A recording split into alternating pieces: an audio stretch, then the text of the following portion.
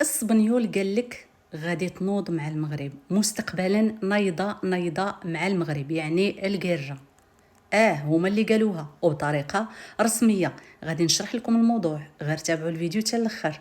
الموضوع الثاني هي ديك اليمنيه توكل كارمن، عقلتوا عليها؟ هذيك اللي نايضه وكتدخل ودخلت نفها في الشؤون المغربيه. هذيك خيتي كلاتها دقه صحيحه. غادي نشرح لكم الموضوع، تابعوا معايا الفيديو حتى الاخر. ما تنساوش دائما اللايك، التعاليق ديالكم كتهمنا وتهم الجميع. بارطاجيو الفيديو وشاركونا الصفحه الى اول مره تشوفونا، شاركونا في القناه، ومرحبا بكم جميعا، وفعلوا الجرس باش يوصلكم الجديد. اول حاجه نبدي بها هو نحيي المغاربه الحرار فين ما كانوا، سواء كانوا داخل ارض الوطن او كانوا خارج ارض الوطن. مرحبا بكم خوت وخواتات، وتحيه كبيره لكم من القلب.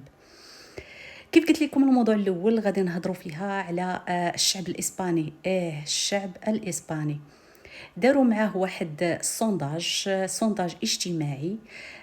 سولوهم اسئله على القره. قالوا لهم اذا كانت تكون قره مش مع من كتوقعوها، وباي يعني باي شكل، وشكون هما الدول.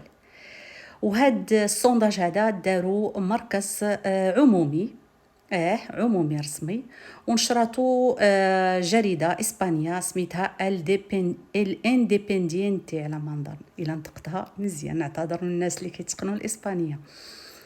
المهم في هذا المقال تم التعبير على أن المغرب من الدول اللي كيتوقعوا أنها غادي تنوض بيناتنا، يعني ما بيننا وما بين اسبانيول. دايرين في المرتبة الأولى دايرين الروس، وحنا جينا من موراهم بنسبة 42.6 على ما نظن.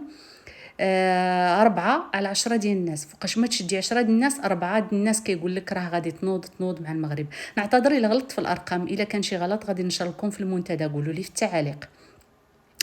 المهم خاصكم تعرفوا بان هذا الامر يعني صحيح. قال لك نيضه مع المغرب. هاد التقرير هذا اللي تنشر كيبين الخوف ديال سبنيول من المغرب. اولا يعني كنت هذه واحد اليومين ولا 3 ايام دخلوا على القناه غتلقاو واحد الفيديو، غير يومين 3 ايام كنت هضرت، قلت راهم نشروا واحد التقرير على القوه ديال المغرب في الميدان الرياضي، وقال لك راه كينافسنا، وقال لك وراه عنده تقنيات وهذا.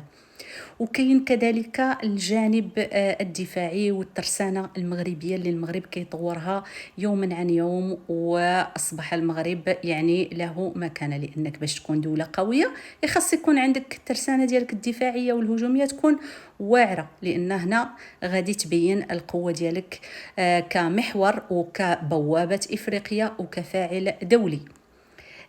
كل هذه الأمور هذه اسبانيا كتعيشها يعني كتعيشها بقلق.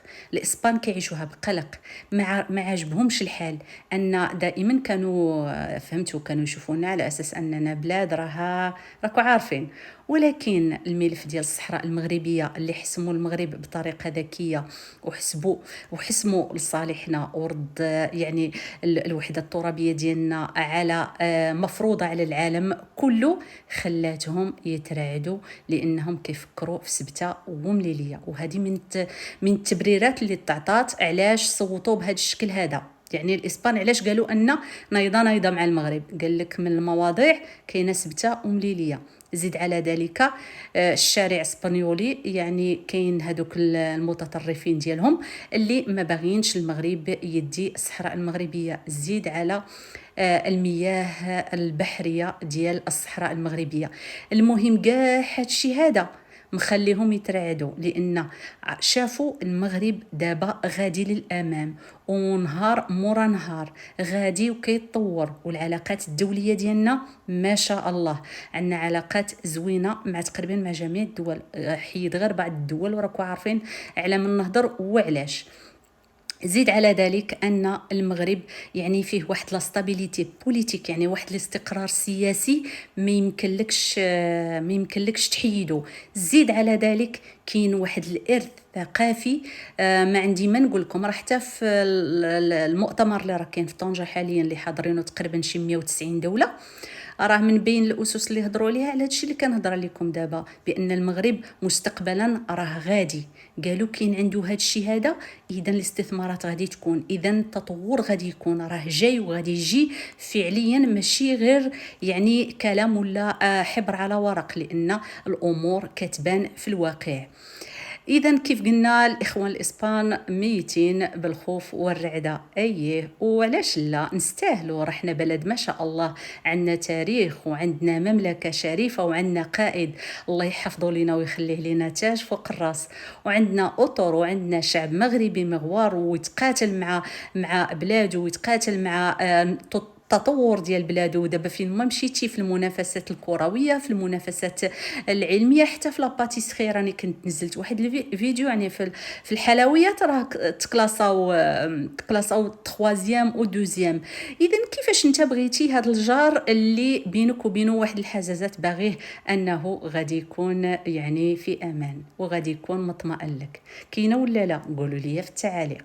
دابا غادي ننطلق الموضوع الثاني اللي هو اليمنيه، اللي كنتوا عارفينها ومتبعينها، وبزاف ديال الناس المغاربه داروا عليها ردود فعل كبيره، وكانت واحد الهيئه ديال المحامين المغاربه رفعت عليها دعوه في تركيا، لانها هي عندها الجنسيه التركيه.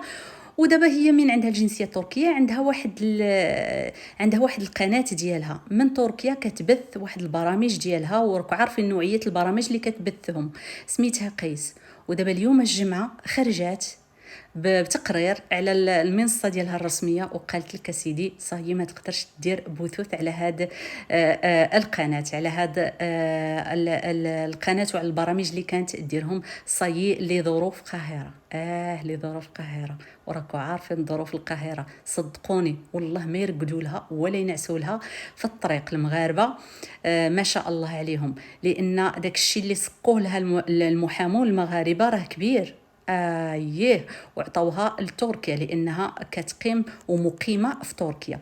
اذا من هاد الامور هذه نعرفوا بان كيجيبوها رجالها، كيجيبوها الرجال ويجيبوها العيالات القادات الحرات، لان بلادنا ماشي اي واحد ينوض يخشي فيها النيف وهما ما عارفين علينا والو. كيف قلت البارح في الفيديو ديال البارح، قلت لكم ان عندنا واحد المملكه ضاربه الجذور، وان تاريخنا وبلادنا عاداتنا تقاليدنا ما يفهموها غير المغاربه،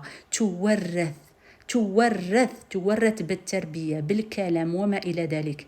على داكشي كتشوفوا دابا، اسمحوا لي غادي نفتح هذا القوس، هاد حملة النظافة على كاع الناس اللي كتسمعوا لهم، موليناكس، نعيمة البدوية، زيد على داكشي. هاد الناس هادو يعني ما كنشوفوهمش بحال المغاربه اللي كيخافوا على بلادهم، المغاربه اللي باغيين ان الارث اللي تربيناه يبقى ويستمر. لذلك كاينه واحد الطفره في هذا الموضوع هذا، نتمنوا تتواصل ونشوفوا مواضيع زوينه ونشوفوا ناس زوينه كتقدم لنا حاجات ايجابيه وتدفع بالبلاد القدام. المهم انا الخوت والخواتات، راني قلت لكم الضربه اللي جاتها ضربه صحيحه، وخلاتها قالت لك ظروف قاهره. ظروف قاهره، ما عرفت مين جاتها الظروف القاهره، ما جابوها قلت لكم، غير جابتها بلسانها وبالتدخل ديالها وبالطريقه ديالها، لان كاين حتى ناس كيطالبوا ان داك النوبل، جائزه نوبل اللي كانت ربحتها، كيطالبوا انها تحيد ليها، ولانها انسانه الميساج ديالها يعني الرساله ديالها الدوليه ماشي رساله سلم وسلام، وانما العكس تماما. لذلك يعني كنشوفوا ان رحنا غاديين في الطريق الصح، واللي كيتحكك علينا يا سبحان الله كياكلها طوطاخ، يعني يجي النهار اللي غادي ياكلها. كاينه ولا لا؟ قولوا لي الراي ديالكم في التعليق. وتحيه نعتذر منكم، تحيه كبيره للناس الزينه اللي كتابعنا واللي كتكون معنا وتعطينا تعاليق جميله وكتعطينا ان كود بوس. ميرسي بوكو، شكرا لكم، والى اللقاء والى فيديو جديد. راه عندنا فيديوهات يوميه، تابعونا ومرحبا.